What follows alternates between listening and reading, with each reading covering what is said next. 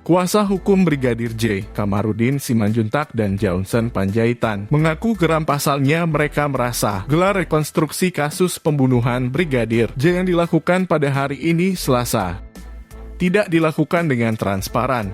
Kamarudin Simanjuntak mengaku kesal karena tidak boleh dipersilahkan masuk untuk menyaksikan rekonstruksi pembunuhan Brigadir J atau Brigadir Yosua yang didalangi oleh Irjen Verdi Sambo.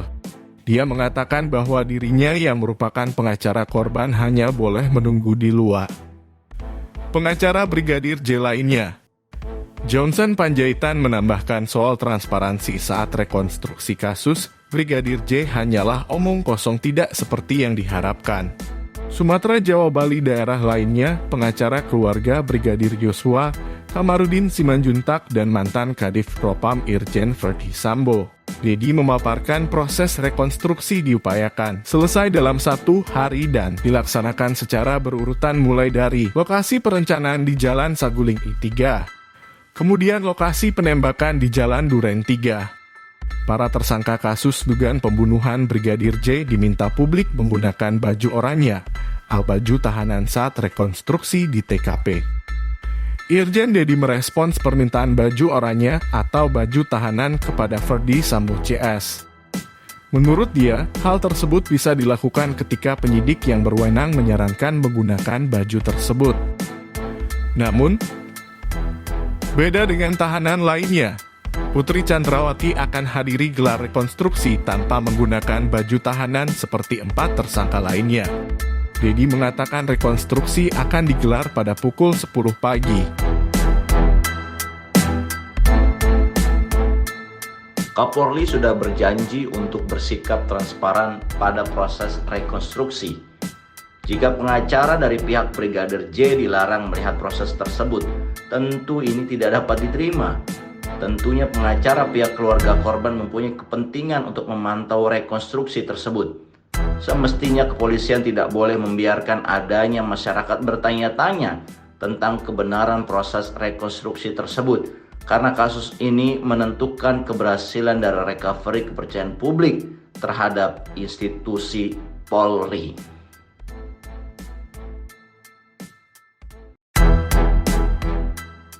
Kerugian perekonomian negara akibat perkara dugaan tindak pidana korupsi dalam kegiatan usaha perkebunan kelapa sawit PT Duta Palma Group bertambah menjadi 99,2 triliun rupiah. Awalnya, perkara yang menjerat bos PT Duta Palma Group Surya Darmadi itu diduga merugikan perekonomian negara senilai 78 triliun rupiah berdasarkan perhitungan penyidik Kejaksaan Agung. Febri menyampaikan, kerugian negara dalam kasus ini bertambah lantaran pihak Jampitsus menggandeng auditor Badan Pengawasan Keuangan dan Pembangunan untuk ikut melakukan perhitungan kerugian perekonomian negara akibat dugaan korupsi tersebut. Pada awal Agustus, Kejaksaan Agung menetapkan Surya Darmadi sebagai tersangka kasus dugaan korupsi penyerobotan lahan seluas 37.095 hektar di Riau. Surya Darmadi dijerat bersama Bupati Kabupaten Indragiri Hulu periode 1999 hingga 2008. Rajat Hamsir Rahman Per. Selain itu, Kejaksaan Agung juga menetapkan Surya Darmadi sebagai tersangka kasus dugaan tindak pidana pencucian uang. Selain di Kejagung, Surya Darmadi terjerat kasus di Komisi Pemberantasan Korupsi terkait revisi fungsi perhutanan Provinsi Riau ke Kementerian Kehutanan. Perkara ini turut menjerat mantan Gubernur Riau, Anas Ma'amun.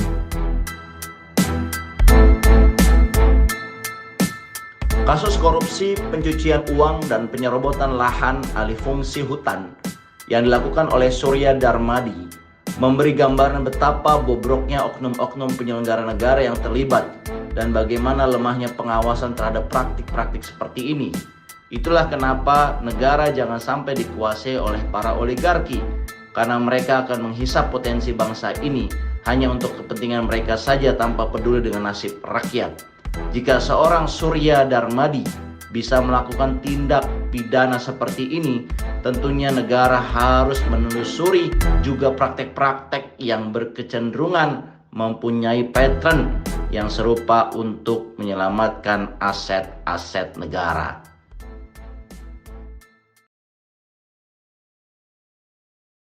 Ketua Bapilu DPP PDIP Bambang Wuryanto atau Bambang Pacul mengingatkan anak buah ketum Partai Demokrat Agus Harimurti Yudhoyono, Andi Arief, yang melempar isu soal upaya menjegal koalisi mencapreskan Anies Baswedan di Pilpres 2024.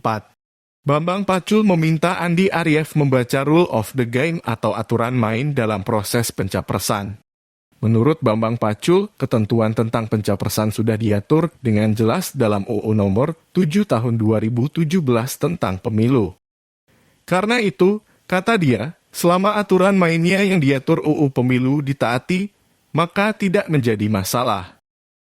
Oleh karena itu, Bambang Pacul mengimbau Andi Arief tidak perlu menuduh yang lain. Namun, perlu mengikuti aturan yang ada dan berjuang untuk memenuhi aturan tersebut agar bisa ikut dalam kontestasi Pilpres 2024.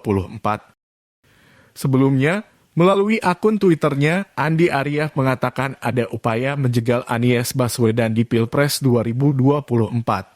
Andi Arief juga memastikan pemilu 2024 tidak adil, baik proses dan hasilnya jika Presiden Jokowi mendukung salah satu pasangan capres-cawapres. Pasalnya, kata dia, yang berkuasa selalu mempunyai cara untuk melakukan apa saja.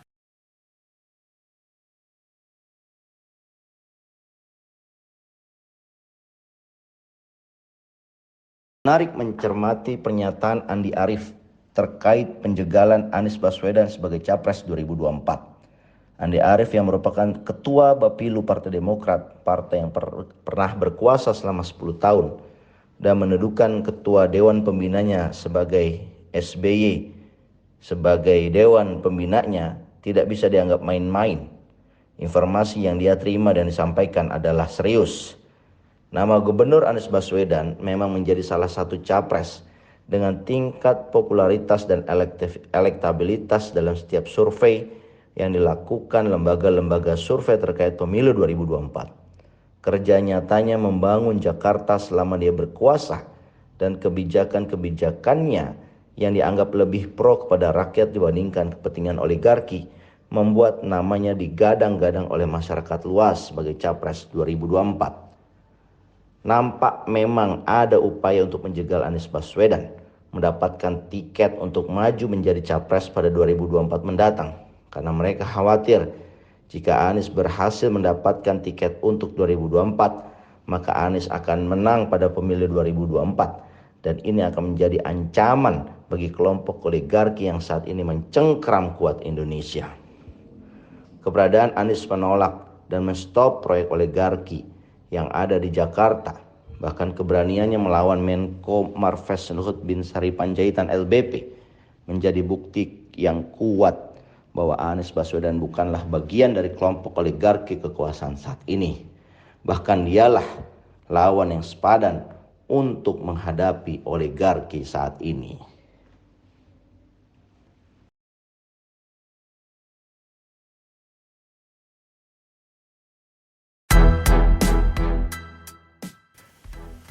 Demokrat melayangkan somasi kepada Asokat Kamarudin Simanjuntak. Somasi yang dilayangkan Demokrat berkaitan dengan pernyataan Kamarudin yang menyebut Presiden pernah menyembahnya karena kasus korupsi Wisma Atlet Hambalang. Demokrat mempersoalkan salah satu video Kamarudin. Dalam video itu, Kamarudin mengaku sebagai orang yang membongkar kasus korupsi Wisma Atlet Hambalang. Kamarudin menyebut bahwa dirinya memenjarakan sejumlah kader Demokrat. Gara-gara itu, kata dia, Presiden saat itu disembah. Presiden pada saat kasus Hambalang adalah Susilo Bambang Yudhoyono atau SBY. Pernyataan Kamarudin dalam video tersebut kemudian diberitakan salah satu media online. Kuasa hukum Demokrat menilai pernyataan Kamarudin tidak benar dan merupakan berita bohong. Video itu dianggap juga telah mengakibatkan keonaran di kalangan masyarakat, pengurus, kader, dan anggota Partai Demokrat. Demokrat menuding pernyataan Kamarudin menimbulkan kebencian dan permusuhan di masyarakat. Demokrat memberikan waktu kepada Kamarudin 24 jam untuk mengklarifikasi pernyataannya setelah menerima somasi tersebut. Demokrat juga mendesak Kamarudin memohon maaf.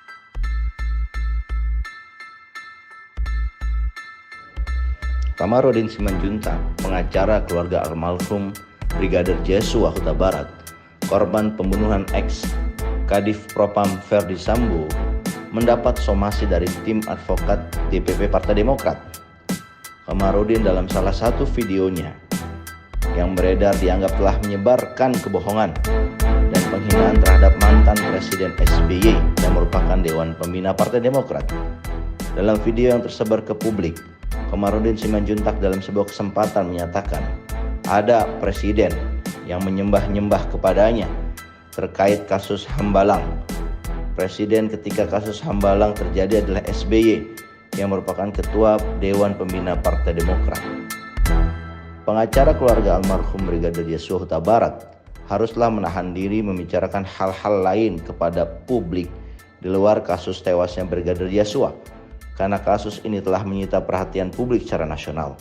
Publik sangat berharap pengacara Kamarudin Simanjuntak ini fokus untuk mengungkapkan seterang-terangnya kasus Brigadir Joshua ini, sehingga pernyataan-pernyataan yang tidak sejalan dengan pengungkapan kasus ini bahkan berpotensi menimbulkan kegaduhan dan keonaran di publik haruslah dihindari, karena hal tersebut akan menyita energi Kamarudin Simanjuntak sendiri. Tercatat pengacara Kamarudin sudah menyinggung dua hal, yaitu terkait Dirut Taspen yang mengelola dana capres 300 triliun dan juga presiden yang menyembah-nyembahnya ketika peristiwa Hambalang.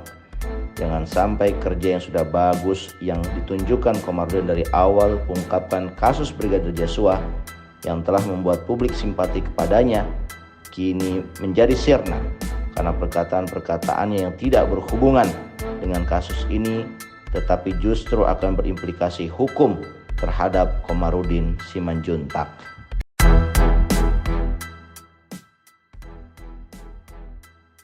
Kuasa hukum Brigadir J, Kamarudin Simanjuntak dan Johnson Panjaitan mengaku geram pasalnya mereka merasa gelar rekonstruksi kasus pembunuhan Brigadir J yang dilakukan pada hari ini Selasa tidak dilakukan dengan transparan. Kamarudin Simanjuntak mengaku kesal karena tidak boleh dipersilahkan masuk untuk menyaksikan rekonstruksi pembunuhan Brigadir J atau Brigadir Joshua yang didalangi oleh Irjen Ferdi Sambo. Dia mengatakan bahwa dirinya yang merupakan pengacara korban hanya boleh menunggu di luar.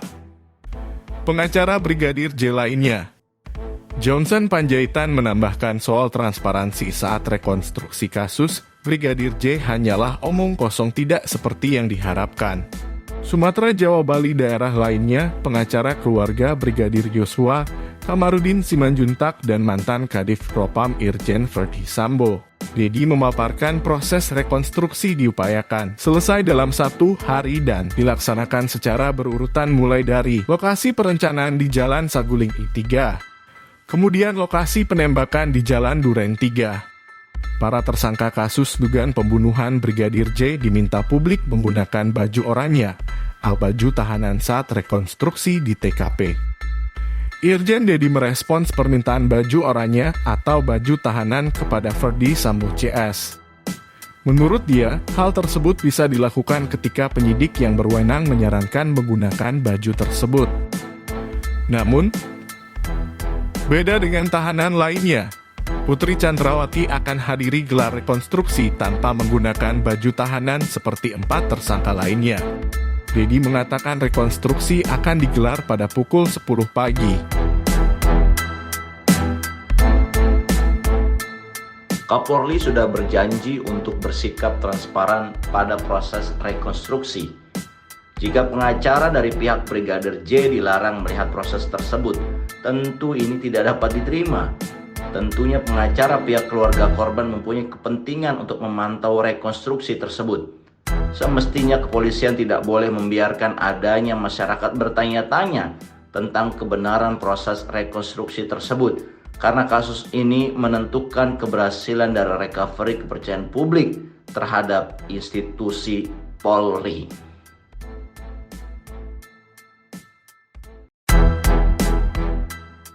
Kerugian perekonomian negara akibat perkara dugaan tindak pidana korupsi dalam kegiatan usaha perkebunan kelapa sawit PT Duta Palma Group bertambah menjadi 99,2 triliun rupiah. Awalnya, perkara yang menjerat bos PT Duta Palma Group Surya Darmadi itu diduga merugikan perekonomian negara senilai 78 triliun rupiah berdasarkan perhitungan penyidik Kejaksaan Agung. Febri menyampaikan, kerugian negara dalam kasus ini bertambah lantaran pihak Jampitsus menggandeng auditor Badan Pengawasan Keuangan dan Pembangunan untuk ikut melakukan perhitungan kerugian perekonomian negara akibat dugaan korupsi tersebut. Pada awal Agustus, Kejaksaan Agung menetapkan Surya Darmadi sebagai tersangka kasus dugaan korupsi penyerobotan lahan seluas 37.095 hektar di Riau. Surya Darmadi dijerat bersama Bupati Kabupaten Indragiri Hulu periode 1999 hingga 2008. Rejat Hamsir Rahman Pre. Selain itu, Kejaksaan Agung juga menetapkan Surya Darmadi sebagai tersangka kasus dugaan tindak pidana pencucian uang. Selain di Kejagung, Surya Darmadi terjerat kasus di Komisi Pemberantasan Korupsi terkait revisi fungsi perhutanan Provinsi Riau ke Kementerian Kehutanan. Perkara ini turut menjerat mantan Gubernur Riau, Anas Ma'amun.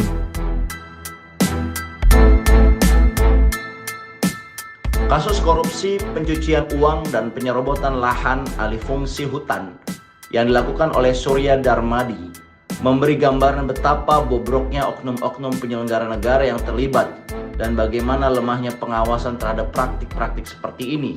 Itulah kenapa negara jangan sampai dikuasai oleh para oligarki, karena mereka akan menghisap potensi bangsa ini hanya untuk kepentingan mereka saja tanpa peduli dengan nasib rakyat.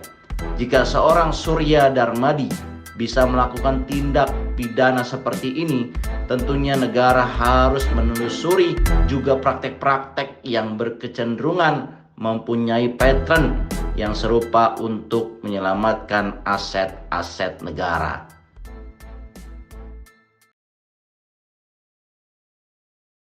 Ketua Bapilu DPP PDIP Bambang Wuryanto atau Bambang Pacul mengingatkan anak buah ketum Partai Demokrat Agus Harimurti Yudhoyono, Andi Arief yang melempar isu soal upaya menjegal koalisi mencapreskan Anies Baswedan di Pilpres 2024. Bambang Pacul meminta Andi Arief membaca rule of the game atau aturan main dalam proses pencapresan. Menurut Bambang Pacul, ketentuan tentang pencapresan sudah diatur dengan jelas dalam UU Nomor 7 Tahun 2017 tentang Pemilu. Karena itu, kata dia, selama aturan mainnya yang diatur UU Pemilu ditaati, maka tidak menjadi masalah. Oleh karena itu, Bambang Pacul mengimbau Andi Arief tidak perlu menuduh yang lain. Namun, perlu mengikuti aturan yang ada dan berjuang untuk memenuhi aturan tersebut agar bisa ikut dalam kontestasi Pilpres 2024. Sebelumnya, melalui akun Twitternya, Andi Arief mengatakan ada upaya menjegal Anies Baswedan di Pilpres 2024. Andi Arief juga memastikan pemilu 2024 tidak adil, baik proses dan hasilnya jika Presiden Jokowi mendukung salah satu pasangan capres-cawapres. Pasalnya, kata dia, yang berkuasa selalu mempunyai cara untuk melakukan apa saja.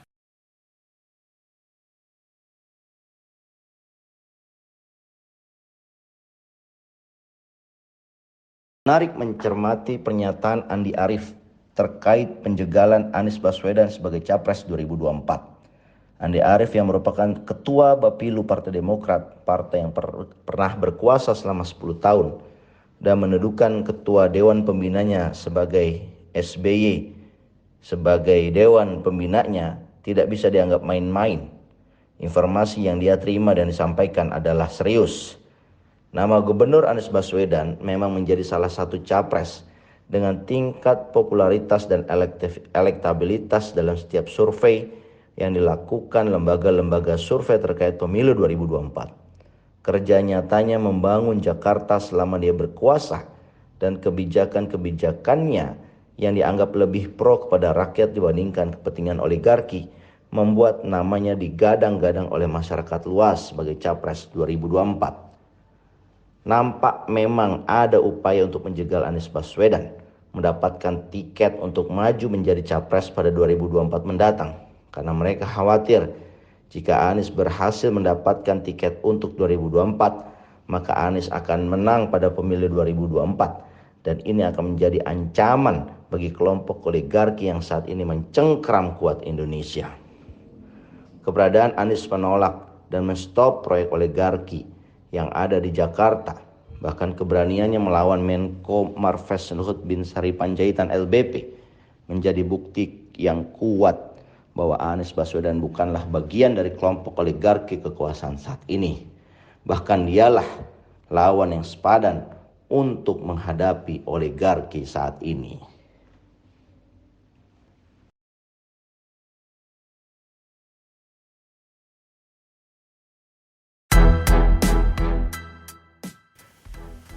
Demokrat melayangkan somasi kepada Asokat Kamarudin Simanjuntak. Somasi yang dilayangkan Demokrat berkaitan dengan pernyataan Kamarudin yang menyebut Presiden pernah menyembahnya karena kasus korupsi Wisma Atlet Hambalang. Demokrat mempersoalkan salah satu video Kamarudin. Dalam video itu, Kamarudin mengaku sebagai orang yang membongkar kasus korupsi Wisma Atlet Hambalang. Kamarudin menyebut bahwa dirinya memenjarakan sejumlah kader Demokrat. Gara-gara itu, kata dia, Presiden saat itu disembah. Presiden pada saat kasus Hambalang adalah Susilo Bambang Yudhoyono atau SBY. Pernyataan Kamarudin dalam video tersebut kemudian diberitakan salah satu media online. Kuasa hukum Demokrat menilai pernyataan Kamarudin tidak benar dan merupakan berita bohong. Video itu dianggap juga telah mengakibatkan keonaran di kalangan masyarakat, pengurus, kader, dan anggota Partai Demokrat. Demokrat menuding pernyataan Kamarudin menimbulkan kebencian dan permusuhan di masyarakat. Demokrat memberikan waktu kepada Kamarudin 24 jam untuk mengklarifikasi pernyataannya setelah menerima somasi tersebut. Demokrat juga mendesak Kamarudin memohon maaf.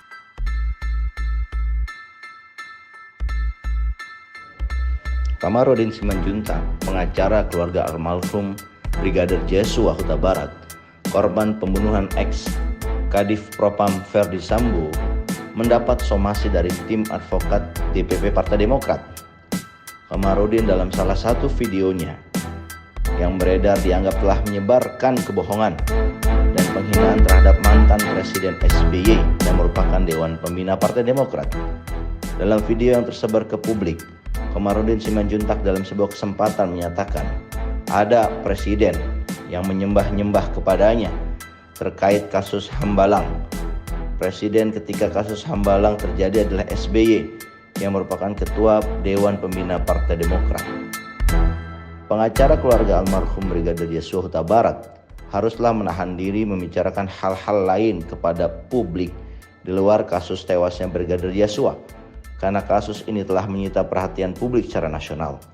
Publik sangat berharap pengacara Kamarudin Simanjuntak ini fokus untuk mengungkapkan seterang-terangnya kasus Brigadir Joshua ini, sehingga pernyataan-pernyataan yang tidak sejalan dengan pengungkapan kasus ini bahkan berpotensi menimbulkan kegaduhan dan keonaran di publik haruslah dihindari, karena hal tersebut akan menyita energi Kamarudin Simanjuntak sendiri.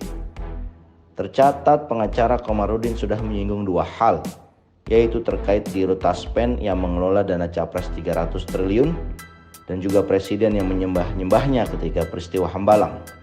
Jangan sampai kerja yang sudah bagus yang ditunjukkan Kamarudin dari awal pengungkapan kasus Brigadir Joshua yang telah membuat publik simpati kepadanya kini menjadi sirna karena perkataan-perkataannya yang tidak berhubungan dengan kasus ini, tetapi justru akan berimplikasi hukum terhadap Kamarudin Simanjuntak.